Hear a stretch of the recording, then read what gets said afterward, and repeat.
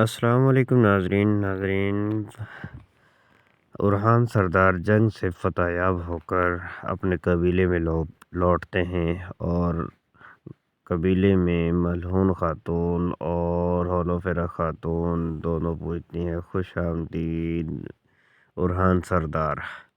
ارحان سردار کہتے ہیں کہ والدہ بابا کا کیا حال ہے؟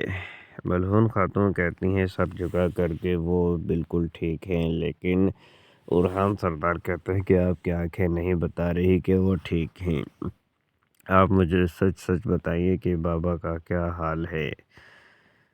دوسری طرف ارحان اسپارچا خاتون کو قبیلے میں لے آتے ہیں اور ڈیفنے خاتون بھی ان کے ساتھ ہوتی ہے۔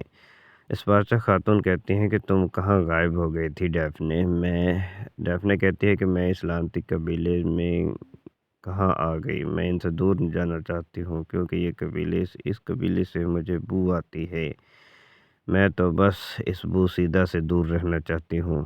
اسپارچا خاتون کہتی ہے کہ آئندہ تم میری نظروں سے اوجھل مت ہونا، میں تمہیں اپنے ساتھ ہی دیکھنا چاہتی ہوں۔ اسپارچا خاتون کہتی ہے ڈیفنے کہتی ہے تم کیا ان لوگوں پر اعتماد کرتی ہو؟ ڈیفنے کہتی ہے کہ ارحان کے بھائی اس قبیلے میں موجود نہیں ہیں، وہ کوئی نہ کوئی منصوبہ ضرور بنا رہے ہیں، یقین ہے مجھے۔ اسپارچا خاتون کہتی ہے کہ ارحان سردار نے اپنا وعدہ پورا کیا ہے اور وہ وعدے کے پکے ہیں،